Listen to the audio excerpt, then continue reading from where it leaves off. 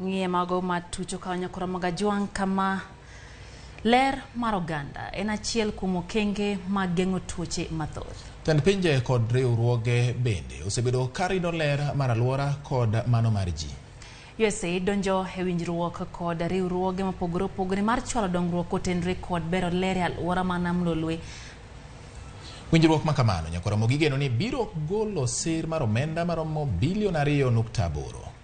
Kendo chenrono ibiro tim e counties kaka Kisumu, Siaya, Busia, Kisii, Homa Bay, Kakamega, Bungoma kod Migori.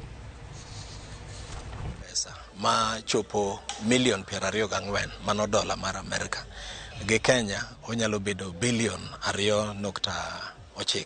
Serikandewa kata piny owacho mag gwenge miluongo ni counties okosebedo kakao pesa moromo maber kaketo e weche mag aluora kaachiel gi ngima mar joma mine.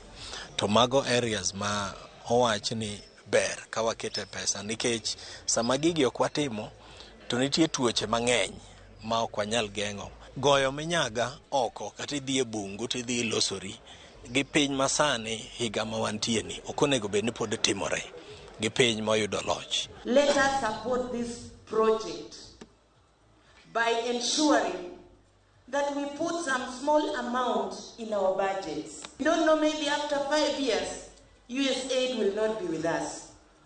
So what happens? We want this program to continue because it is a program that will help change the lives of our people.